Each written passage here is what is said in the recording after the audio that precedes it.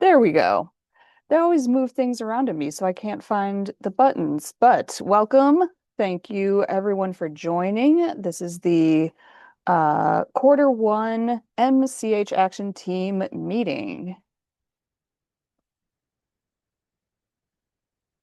So, like we all just heard, this meeting is being recorded. On your end, you're welcome to leave your camera on or off during the meeting. You know, that's your preference, but just make sure to have yourself on mute unless you're coming off to talk. This is our agenda. We're going to do a brief little MK Elevate background just in case there are any new or returning folks in the room. We'll do some icebreakers and introductions in some small groups. We're going to hear the results from the MK Elevate partner survey that happened at the end of last year. We're going to get an update about the community health assessment. I do have some information about the maternal child health strategic plan I'm able to share. And then we'll just do our other more general updates and wrap up. So, um, before we get to any of that, some slides that I added like 20 minutes ago.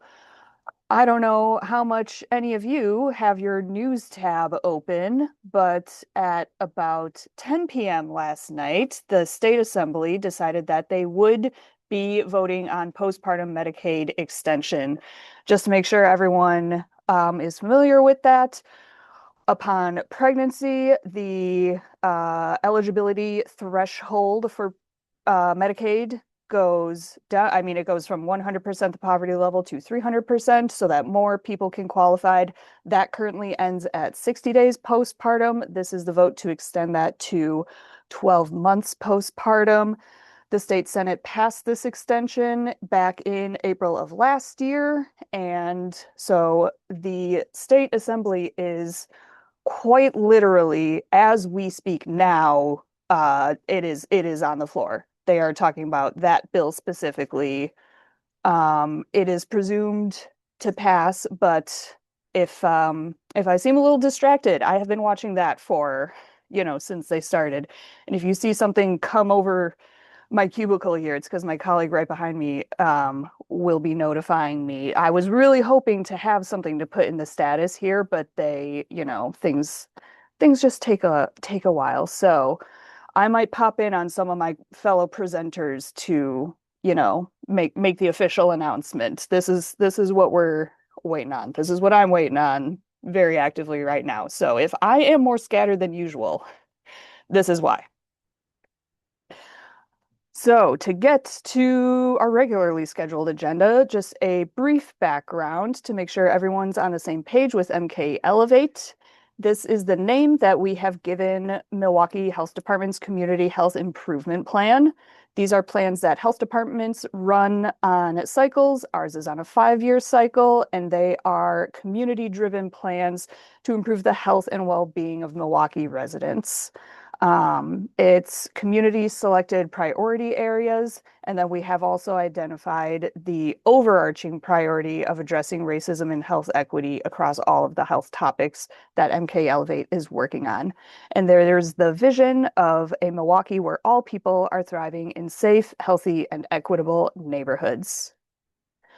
As a team, we have some shared agreements. So things like making sure that we step up into the role on this team, but also step back to respect each other. We want to respect each other's time and expertise and also support everyone else in their learning process since we're all coming into this project at a different point. We want to elevate the expertise of lived experience, be ready to listen and understand and support rather than listening to respond. And we keep our North Star in mind, which is the health of all people in Milwaukee. And again, to kind of work on addressing racism and health equity, we keep an anti-racist lens while we're, talking about these things and doing this work. We want to understand personal privilege and biases. We want to commit to learning and developing shared language around racial and health inequities, and we want to identify any opportunities to reduce those disparities. So for a quick icebreaker and introductions, For Zoom meetings, I like to break us up into randomized groups of 3 to 5 people so that you have a chance to actually chat with some other folks for 5 or 10 minutes. And the introductions will be your name, your organization, your window of tolerance, which is this image over here on the right. And so this is kind of where you are at in terms of receiving information and participating mindfully. So if you're in the window of tolerance in that optimal zone, you're calm and you're present and you're nice and receptive to hearing things. If you're in the hyper arousal, you might be anxious, you might be nervous about things, and you might be a little jittery. And if you're in the hypo arousal, you're kind of more on the low end of things. Maybe you're tired, maybe it's been a long day or week, and not so with things in that way. And then for our icebreaker question, I was at a meeting last week and I really enjoyed this one. Since Valentine's Day just happened, where is the love? What is a thing that fills you with a very loving or joyful feeling? Or if you guys get into groups and you just talk about postpartum Medicaid, that makes sense too. But just to lead you guys off with a little example, my name is Melissa Seidel. I'm with the Milwaukee Health Department. If you can't tell, I am way at the top of that window of tolerance. I am very jittery. I'm watching my chat over here to see if I'm going to get an update of news to share with you all. And for, the thing that like fills me with so much love, I am that person. I'm going to say my pets, my 2 cats at home, and then our family's dog. I go very much into that too much love kind of space for them. So if one of my co-hosts is maybe more adept at setting up breakout rooms, I would appreciate it. I Um, can do it, Melissa. Thank you. Otherwise, I was going to start poking around some of those options in the bottom and get there eventually. Um, for this, I'll actually go ahead and stop sharing the screen just for now. Well, I'll leave it up until you guys start going to the breakout rooms.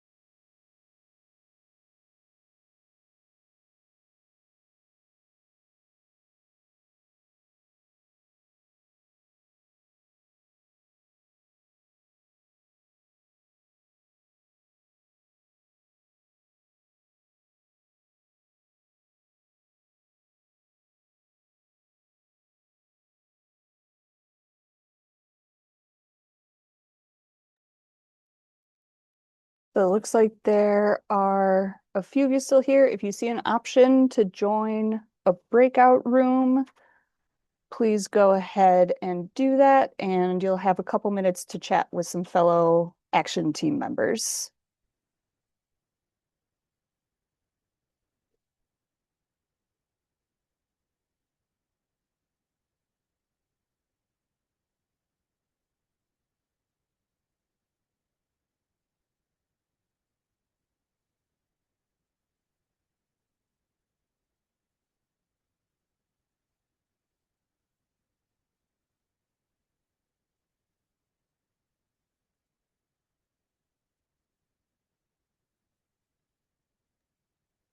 And Melissa, you said 10 minutes, correct?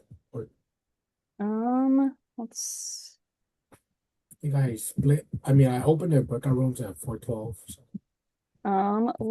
it looks like we're on track. So let's go until 4:20. okay, that's fine. So at And then, yeah, I broadcast 4:19, it. what was that? I'll say I broadcasted a message for them just in case. Okay, 4:20. Perfect. Yeah.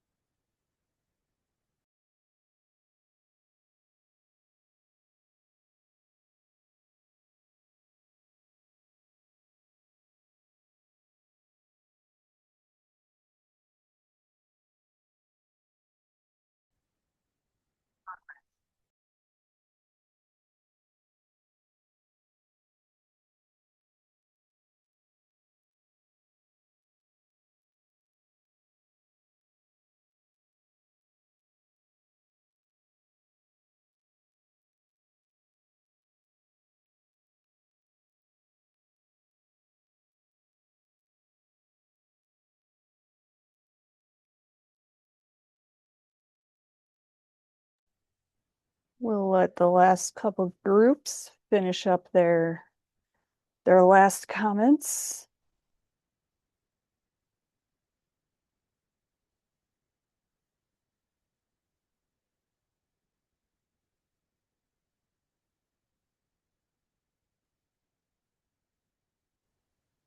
All right. Welcome back, everyone. Hopefully you got to chat with maybe some new folks, maybe catch up with some people you already know, and get to just have a little chat with each other as I bring back my share screen. Oop. And yes, we are now going to go on to the partner progress survey, and I'm going to pass it off to my health strategy director, Marcus Hogans. So, Marcus, just let me know when you want me to move forward. Will do. And as Melissa said, I am Marcus Hogan's Health Strategies Director for the City of Milwaukee Health Department, and I am tasked today with giving you an update around your partner survey that some of you participated in at the end of 2025.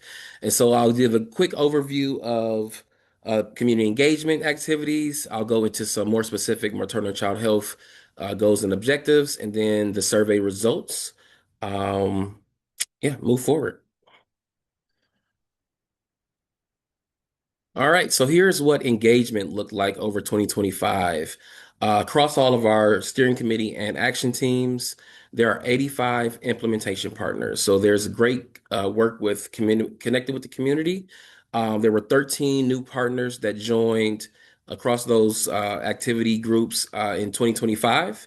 Of course, many of you know we host community meetings. There were 16. And during our general meetings, we typically bring in individuals community leaders to come do a presentation on their type of work and how it relates to some of the work that we do in our MK Elevate. There are 7 work groups across of our action teams and steering committee. Last year, our former strategist Alex presented 3 power primary activities. It's kind of what framework we use to implement this MK Elevate.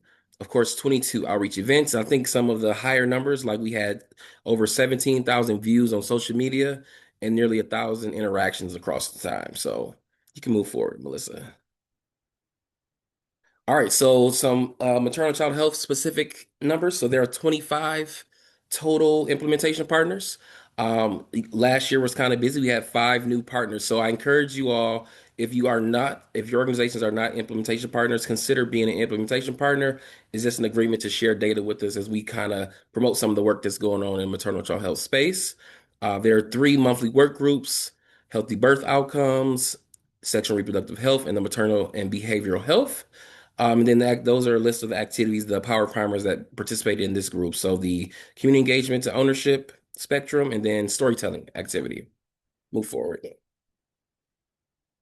All right, so some of the work. So MK Elevate in itself, as Melissa described, it's our community health improvement plan for the city of Milwaukee. Being that the city is large in scope, theirs is a large objective. So there are 108 total strategies. Those specific to maternal child health are there's 3 goals, 9 objectives, and 34 strategies. And as you can see on the list below, I'll give you some moments to read through some of the things, but there are kind of 4 status areas that we look at: those that are implemented, those are in progress, on hold, and those that are not started. And so those that are implemented is the FEMA, which Melissa leads, I believe, on an every other month basis. And then in progress, there's a long list of things that this group is kind of tasked with doing. And so each of those maternal child health work groups looks at one of 2 of these and are kind of strategizing activities to address these collectively. Um, and then those that are on hold, some that were moved to the built environment team, and then the lived experience survey. So, like I said, there's a lot of work to be done across the work groups. Of course, not everything can be done at one point in time. So, just I encourage you guys to move forward strategically and choose which best works for that individual work group. If you want to move forward, Melissa.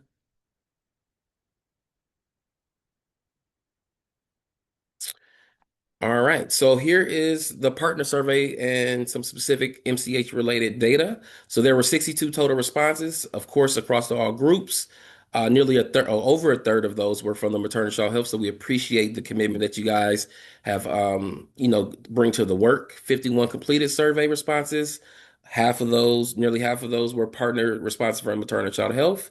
And then I think the biggest thing is that 41 unique organizations. So we do have duplicates from organizations, but there are 41 organizations that added some content to our survey. And I think next we'll be talking about the demographics. Perfect. All right. So, of course, there's a broader range of race and ethnicities that are involved, which is great. It means that we're reaching different pockets of the city, different zip codes, different communities. I think one thing I like to highlight is the services that are offered by our partners. So, English as a second language, 92% of our partners work in that space. The LGBTQI community, 85%. Access to interpretation and translation services, 74%. And then people with disabilities, 64%. So it looks like we're capturing a capture rate of the residents who have, different living experiences. Next. All right, so here are some of the peak things that stood out for the maternal child health partners. Increasing of knowledge about community health programs and efforts. So 91% of respondents said this has helped me learn more about what's going on in the community. Expanding networks and increased communications with other organizations. So I think the biggest impact of meeting with groups of individuals across organizations that you learn how you work collectively and collaboratively and can have a larger impact. So 87% of respondents said that. And then, of course, the data, increase access to community health data. So we know that data is sometimes in spaces where you can't find them, but I think accessing what we have at the health department, leveraging what our other partners produce in their annual reports gives us better access to do those things. And then there are some other, the smaller things of benefits of participating. All right, and so here is kind of the across the spectrum of action teams and the steering committee. If you want to identify the maternal child health is in orange. So pretty high percentage of across some of the things I mentioned about expanding networks and increasing knowledge and access to data. And then actions taken. I think this is probably one of the largest thing is that we're not meeting to meet, and that things are actually happening and occurring across our organizations. So created a new resource. So 30% of respondents said we created something new that related to maternal and child health. Pooling resources. Resources always at a premium, and we really look for ways to collaborate on grants so that the work isn't all in one space, and we can spread some of the collective impact around. And then planned events. So we're working together. When you meet somebody, you have a relative topic that's similar. Let's have a group together. Let's bring our clients together. Let's really learn in a space of collective engagement. All right, Melissa. And then here is the survey results across the steering committee and activities. So action is being done. Like I said, we really want to make sure that the engagement is at the level of the participants, the members of our action teams. And so we encourage to, keep collaborating, keep learning new about new resources, and then bring that work together. All right, so here are a couple of the responses. So kind of the qualitative spaces. So we have identified work in areas most in need, connecting people to the best partners in the community. I know there's always some resources that serve different populations better. So how do we make sure our community is getting what they need? Making referrals. When there's an additional need that our organization may not serve, how do we make sure they're getting in the hands of organizations that serve them best? And then someone even put change in my personal practice while delivering healthcare to be more inclusive. So really engaging and really learning from the experience of the customer and not using the preconceived notion to provide service in healthcare. All right, so here are some success stories. I'll read one from each one of them just to kind of give a overall view. So for the healthy birth outcome, so diagnosed with the vision condition as a baby, Vision Forward helped the parents learn ways to engage their visually impaired child and develop his vision. Combined with physical therapy, he was meeting milestone goals by 13 months, crawling, standing, using baby sign language, and looking to see if adults were watching him. At 2, he's walking, talking, and learning to climb stairs. What an amazing story that is. Sexual and reproductive health. Planned Parenthood has deepened partnership with doula organizations to provide referrals, hosted a series of conversations about pregnancy loss, and they sponsored the Black Birth Symposium. They are working with the Maternity Matrix to get their platform out to more people via Promoters de Salud. And the behavioral health hosted a mindfulness moment for parents and children at the BCDI Wisconsin conference. The focus was on stress reduction, family bonding, and overall family wellness. Thank you, Melissa. And then I'll just leave this slide up here for you guys to read through some of the other success stories. I may pick one or two to read. Um, Create an online version of Safe Sleep Education to reach more families, and are working on translating these into additional languages. Culture by Design advances healthy birth outcomes by using culturally responsive engagement, trauma-informed storytelling, and cross-sector collaboration to strengthen support for Black birth families. Through the Black Birth Symposium, we create an accessible, community-driven space where doulas, clinicians, and public health partners could share experiences, learn together, and connect to essential resources.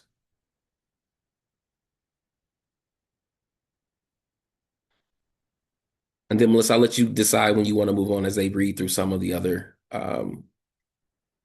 stories. All right. So I don't know. That's my conclusion for my presentation. If you have any discussion points, any questions to ask to the group, anything that stood out for the work that we're doing a lot of good work, and the work will continue even after the 2028. And one thing I did want to point out is that Melissa mentioned that we are currently on the 5-year CHIP cycle. Well, some of you may know the Milwaukee Healthcare Partnership and our health systems are on a 3-year community health needs assessment cycle. And so we'll be pivoting from our 5-year cycle and then going to align with those healthcare systems so that we're working on things together. So this year we'll, using the child data and the CHIP amendment, we'll be getting more aligned with that cycle with our Milwaukee Healthcare Partnership partners. And you guys will actually hear, oh, yes, okay. Wanted to make sure my microphone was still there. You guys will be hearing about the updated CHA data in just a moment. I figured I would leave things on this slide. I might even go back one more so you guys can continue reading these stories.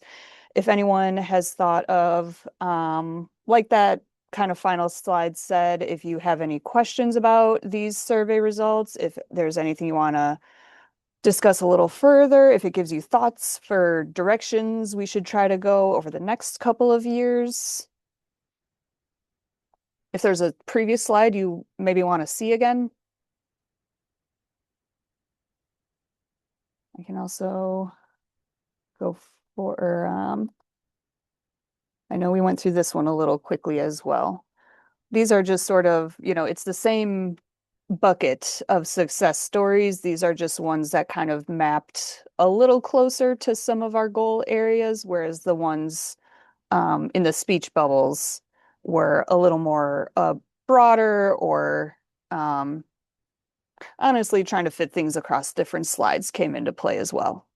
It's always fun trying to format PowerPoints. But if there are no questions or thoughts or anything around that, the state assembly is putting us on the edge of our seats. It's the last speaker giving their testimony or whatever that is, and then voting, and they're making us all wait. I was hoping that right during this break, we would have an answer, but that timing would be too good. So we all remain eagerly awaiting those results, but assuming it happens before the end of this meeting, I will let you all know. And so now we are going to go on to, like mentioned, the community health assessment, or CHA, if you hear that. And I'm going to pass it to my colleague Kong. Hello, everyone. Thanks, Melissa. Melissa, you can just go ahead and jump into the next slide. But yeah, so hello again, everyone. My name is Colin Zhang. I am one of the data and evaluation coordinators with the City Milwaukee Health Department on the data team. And I'm going to uh, just talk about some of the data over that were some of the data overviewed in our recently published CHA or community health assessment. And then the community health assessment is just a screenshot of the current state of our community or the city of Milwaukee's health um, regarding like the conditions, the social and economical factors and resources that affect our health and some of the health stats um, that our residents are currently experiencing. So throughout our CHA, as you can see here, our 5 priority health areas are chronic disease prevention, maternal and child health, mental health, substance use disorder, and violence and injury prevention. Next slide, please. Before moving forward, right behind me is my colleague who has kept the state assembly meeting up, and I've been hearing him real time. It has indeed passed the assembly. Postpartum Medicaid extension has passed. Again, Senate already passed it, and I have already seen something that, of course, Governor Evers plans to sign it, assuming it was to be unchanged, which to my knowledge, it was unchanged. So we did it, gang. The royal we, all of uh the state of Wisconsin, in theory. So just wanted to pop that in there. Thanks for letting me interrupt, Kong. And now we're all going to bring our brains back to thinking about our very lovely data presentation here. No worries, Melissa. Thank you for sharing that update. So yeah, this slide, this chart right here overviews the years of potential life loss in the city of Milwaukee by cause of death and COVID-19 from the years 2017 through 2023. And one thing so the years of potential life loss is the sum of the life loss between a person who dies at a certain age um, and the reference age, which in this case is the age of 75. So if a person were to die at the age of 50, uh, with the cause of being a firearm homicide, that would be a theoretical loss of 25 years of potential life lost. And then you can see here in the chart, perinatal conditions as a cause of death uh, had a sum of about 500 years of potential life loss in the year 2023. Next slide, please. When this chart right here overviews the top 10 age-adjusted causes of death by sex in the city of Milwaukee for the year 2023. And one thing, another point, big to note that for female or woman, the ninth leading cause of death in the year 2023 was septic conditions originating in the perinatal period. So that period between, I believe, 20 weeks of gestation to right around 28 or a month after birth. Next slide, please. And then here, I want to highlight in our child that something we did include was housing quality. So test positivity among children under the ages of 2 and younger. As you see on the screen, people living in homes built before the year 1978 are more likely to be exposed to lead. And as you know, having severe exposure to lead harms children in their developmental and cognitive function and developmental brain development. And so you see in Milwaukee, more than 85% of housing units were built before 1979, which is significantly higher than the 58% of housing units statewide. Next slide, please. And then this slide here overviews are some of the data around infant death. So in the city of Milwaukee in the year 2023, the infant mortality rate, which is uh, the rate of children dying for their first birthday per 1,000 live birth, was 9.37 overall. And uh, uh, unfortunately, the current disparity that we still see in Milwaukee is the the high gap between non-Hispanic Black mothers with a infant mortality rate of 14.2, basically, when compared to all other races of mothers in the city of Milwaukee. And so, even though Black infants account for 38% of city births, they represent about two-thirds of all infant deaths in the city between the years in the year 2023. In the chart down there at the bottom, uh, highlights the portion of infant deaths by mothers, race, and ethnicity in the city of Milwaukee for the years 2019 through 2022. Next slide, please. And this slide right here outlines some of the preterm birth data that was included in the child. In 2024, Wisconsin's preterm birth rate was about 10%, was 10%. Uh, and in Milwaukee, more than half of the deliveries before 4 weeks resulted in a fetal or infant loss. So you see at the bottom, the chart highlighting the percentage of births by outcome, and the orange line highlighting the total count of births relative to gestational age. And uh, as you can see, as the percentage, most babies are born at full term, and as you can see, the outcomes for infants increase as gestational weeks um, increase as well. And remember, this is for a 4-year time period. Um, there were not, the numbers that you see there weren't 40,000 births in a single year. That is spread across 2019 through 2022. There's a couple spots in the CHA where it goes from singular year to multiple year. And some of the infant mortality stuff is one of those spots. Yes, thank you. And, yep. And so this slide highlights low birth weight, and low birth weight is defined as infants who are born at a weight less than 2,500 grams. And between 2017 and 2021, 11% of live births in Milwaukee County were low birth weight. And this chart right here highlights low birth rate by race from the years 2010 through 2023.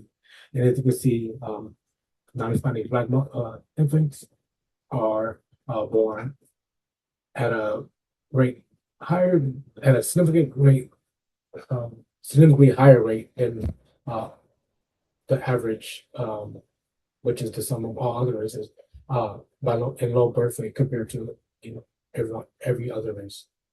And Black infants continue to experience a higher occurrence of low birth weight than any other racial group in the city of Milwaukee.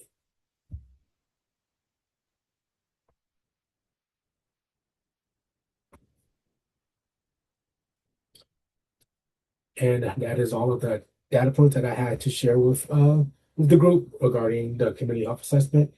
Um, some of the data regarding like rates and percentages of like cause of death and things like that will be included in our FEMA report, which is the semi-final stages of review. So we look forward to sharing that too in the coming weeks or next month. So, but you have any other questions regarding the child data that I just presented? Or if you haven't seen the child yet, I can drop the link, but feel free to come off mute if you have a question or any comments. I did just put the link to the full CHA in the chat. Again, this was kind of the highlights that would be most pertinent to this action team. But it's, not the full extent of, maternal or child related metrics that are included. And then, like Kong mentioned, all those other categories at the very beginning, there are also sections with data for those other topics as well, if you wanted to take a look at the whole thing. And then, yes, as he mentioned, the next FEMA report is coming likely, in the next few weeks, it will be ready to be shared, and that will have expanded data on infant mortality and stillbirths specifically. Hey, Melissa, before you move forward, just to Mhm. share with the group, with the publication being released, there is a plan to distribute the child data in its entirety, beginning in April across the areas of the city. So there's at least five different locations that will be determined where somebody from our health and data team and will come out and share the results of the entire child. So be on the lookout for that. Like I said, I believe in April will be the first one. And then if you have opportunities for us to come in front of groups that need to hear about the type of information that's in the CHA, let us know. We can schedule some time to discuss that as well. The CHA is going on a road show, as we are saying. So those dates will be shared with you guys once we figure out more of the specifics. And again, if you want to host a roadshow stop, please feel free to reach out. And then I did see Rosa Maria's comment about infant mortality. The goal for Healthy People 2030 is, did I pass it? Yes, the goal is an infant mortality rate of 5. And so with the city overall being at 9.37, we are above that. And to give a little preview, or I guess it is right here, that is significantly driven by the racial disparity that exists with infant mortality, considering our Black and African American communities are impacted much more than that. That is a big part of why the city overall is so high. And so we've definitely got areas where we can do some targeted work to improve things for all of our growing families in Milwaukee.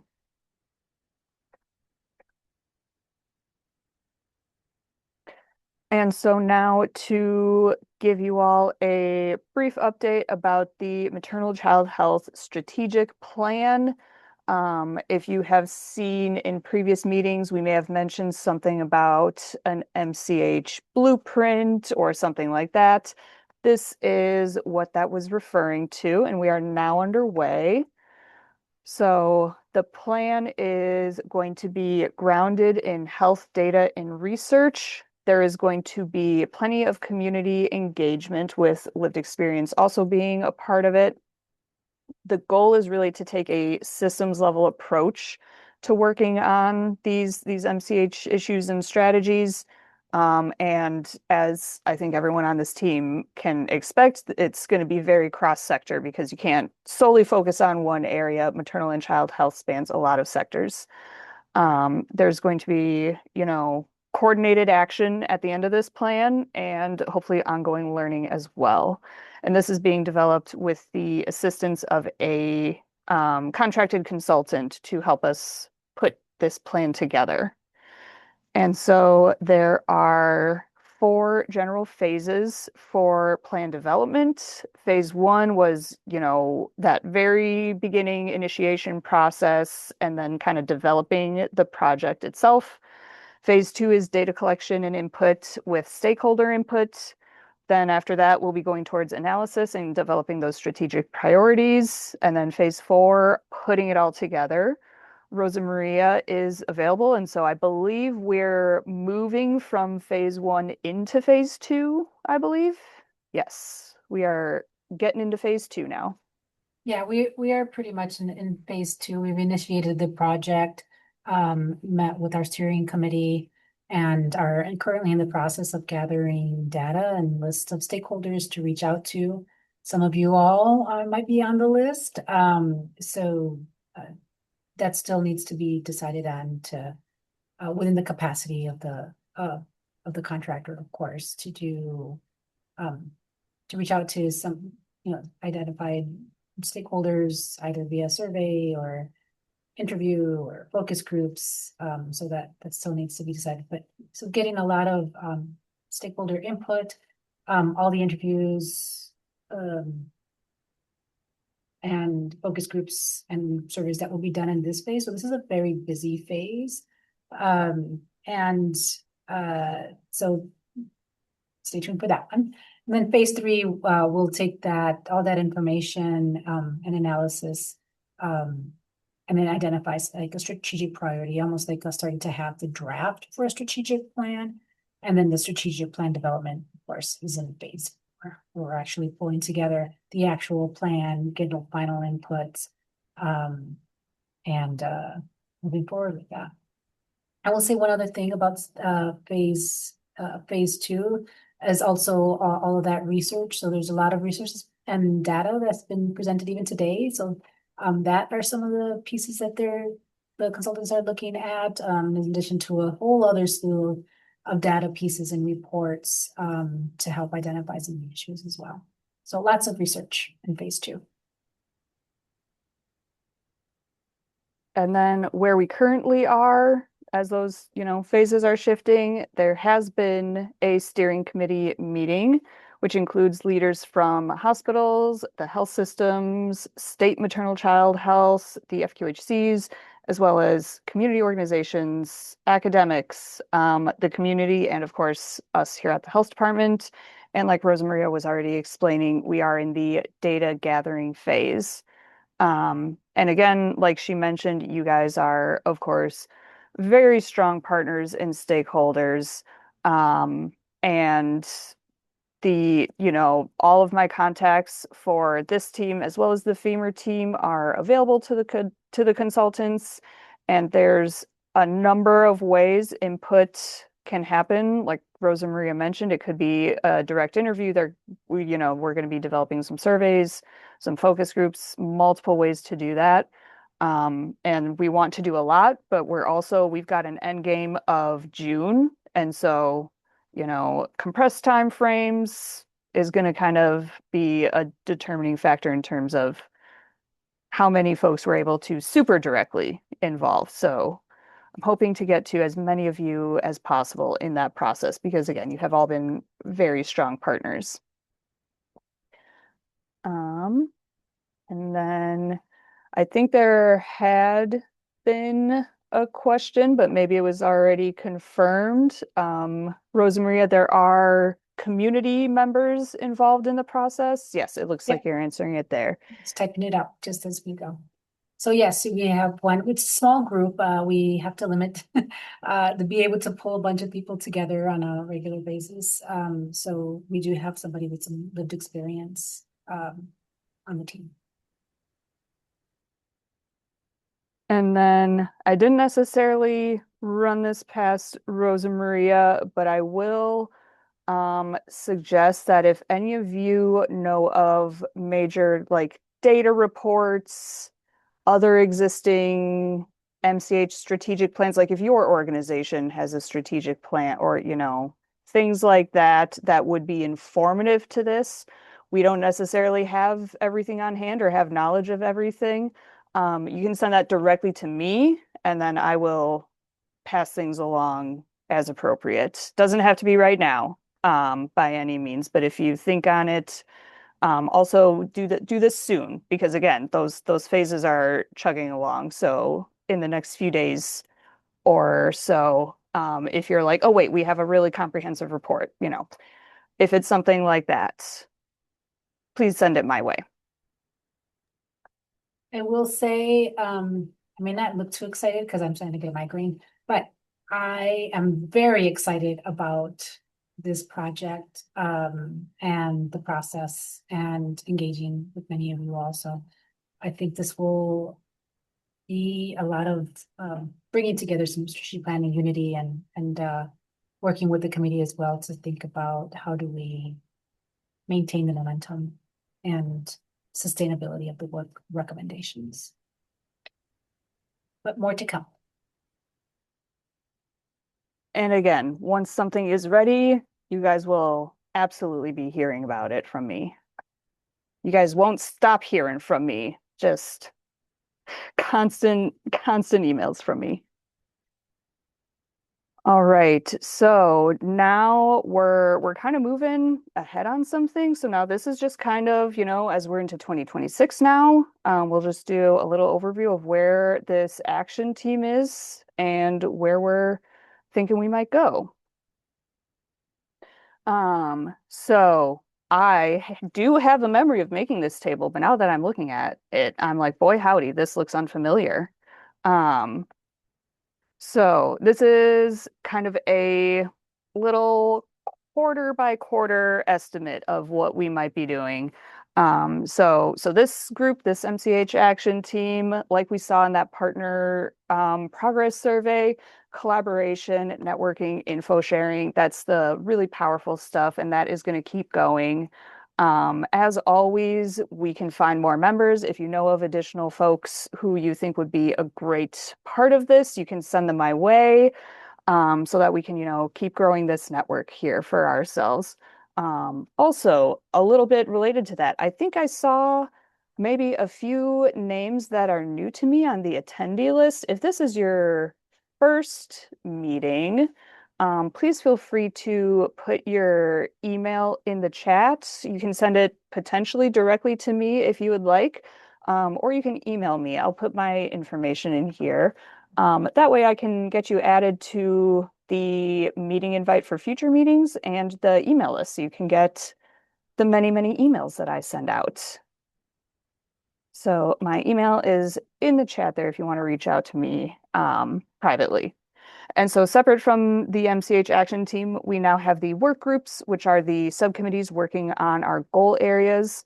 The Healthy Birth Outcomes group is in discussion with other agencies. We're exploring the possibility of collaboration on a project. And so, no long-term aims quite yet for 2026. Right now, we're just in the discussion phase. For the Sexual and Reproductive Health Work Group, we are in active outreach. That group is working on a survey of clinicians to survey their syphilis testing practices for pregnant patients, with the overall goal being to identify gaps where we could improve those testing rates to prevent congenital syphilis cases down the line. And so the survey is made, it's being sent out. Currently, we have about 30 responses, and we want to get at least some responses from all of the major birthing hospitals and the FQHCs as much as possible. We're hoping to finish getting surveys by the end of Q1, and then maybe Q2, we'll start looking at some data analysis. But, coordinating this kind of stuff, doesn't always go as planned, but we're being hopeful there. And then the Maternal Behavioral Health Work Group is working on a lived experience survey. So this is going to be for folks who have the lived experience of substance use disorder during pregnancy.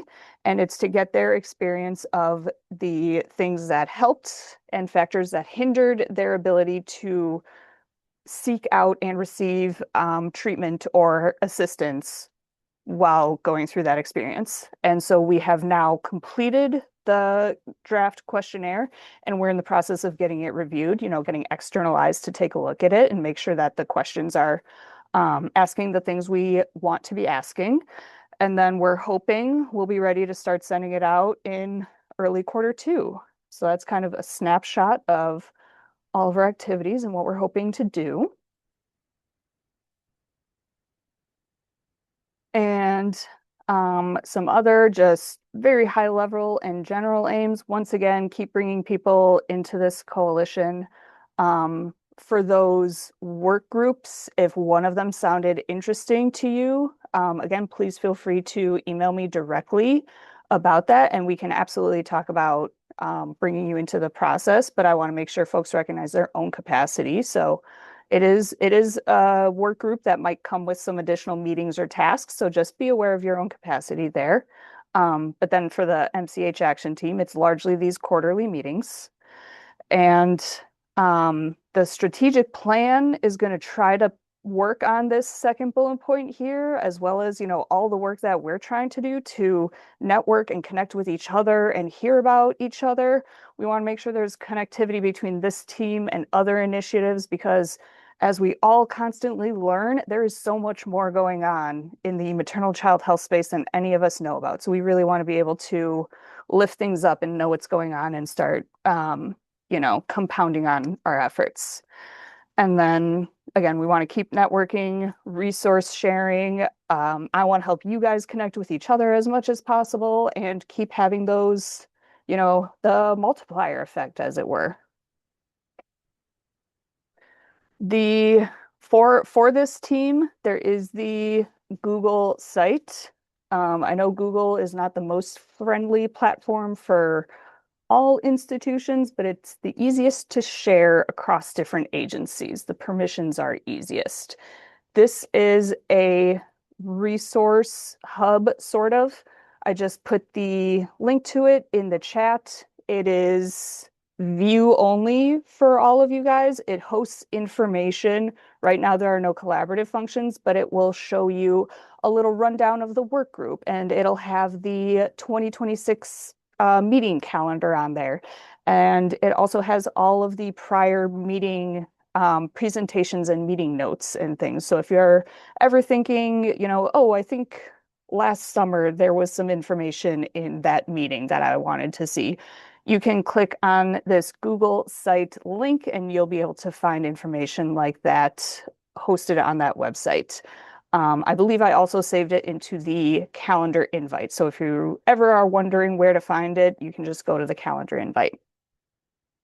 And so again, it's to host information useful to all of you.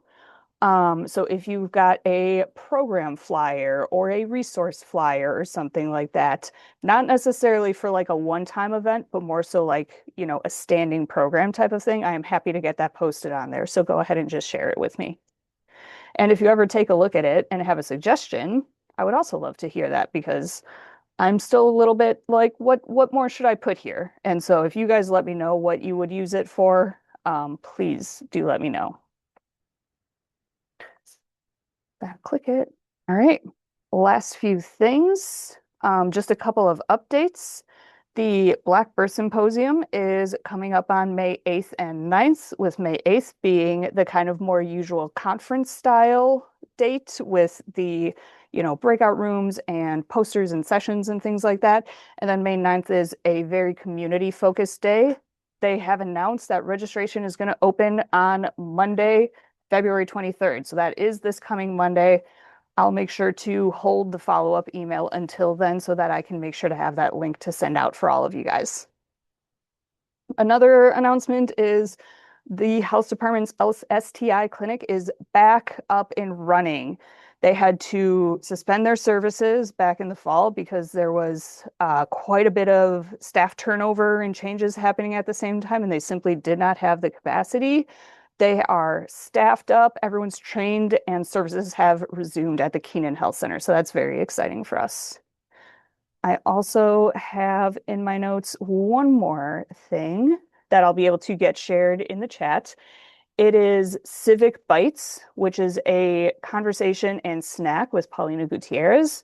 One of the goal areas of the steering committee, which focuses on racism and health equity, one of their goal areas is increasing civic engagement.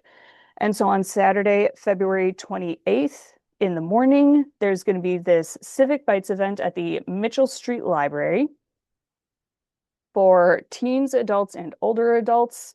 It's going to be, civic literacy plus some food and cooking, it looks like, with the topic being what does the Election Commission actually do and who gets it all done? Hearing about the process of the folks who, help our elections happen.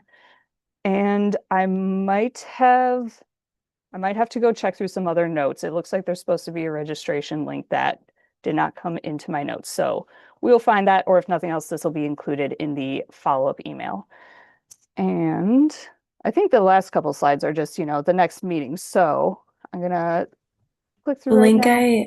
Sorry, Melissa, didn't mean to Go cut you ahead. off. I posted the information in the chat in the beginning of it is linked, and that will take everyone to the registration page. Perfect. So that's all good. Yeah, Ah, thank you. of course.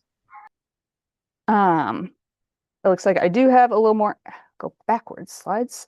Um, any space for, like, if any of you have updates, events you would like to share, real quick on behalf of your organizations, I would love to open the floor for you all. You can come off mute or you can drop your own events in the chat. Aside from the big event, the big update about postpartum Medicaid, you don't all have to put that in the chat all at once. And then if you think of something after this meeting ends, again, there will be the follow-up email as well as, my next monthly newsletter. So you can always email me any updates as they come along. So again, feel free to keep putting that stuff in the chat there, and take a look at, any links that folks may share, things like that. This slide is just about the implementation partners and the work groups. So again, that partner survey was largely targeted at the implementation partners, and those are just the folks who have taken the extra step to, formally sign on as a partner. You all are active team members just by being here at this meeting. Everyone on the list is an MCH team member. And the implementation partners just signed an agreement again to share a little bit of data to help us, guide strategies or things like that. And, we can say we have these kinds of supports, and you guys can say you are, formally involved here. It is not an MOU. You don't have to get your organization's lawyers involved. It's just kind of a formally informal agreement to be a partner on this project.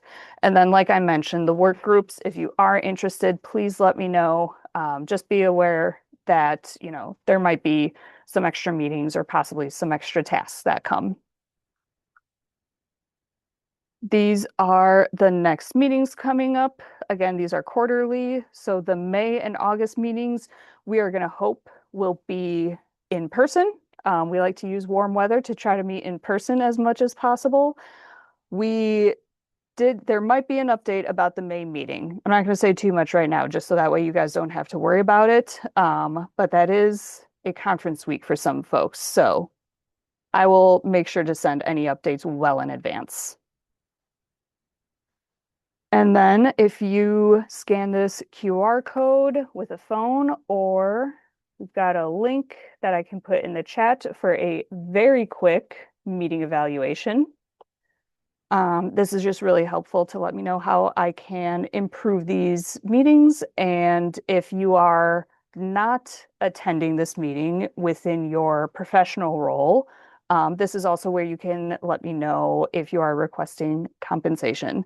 So please let me know, what's going good with the meetings, what you'd like to see do better.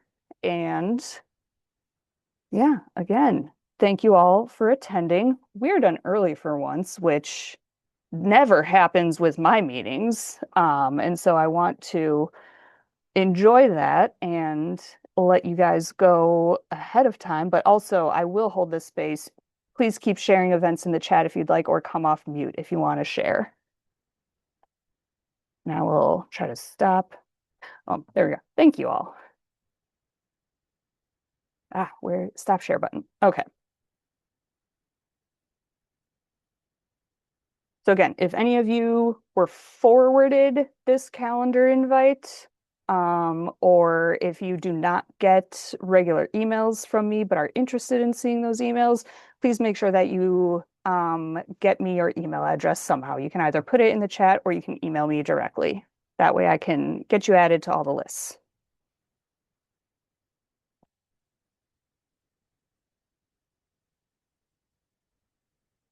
Now I need to scroll through and check out these updates.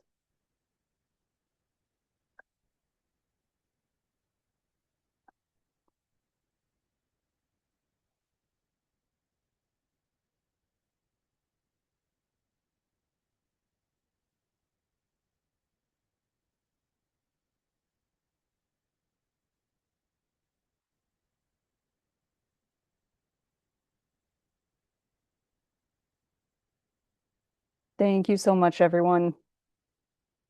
Have a great rest of your evening.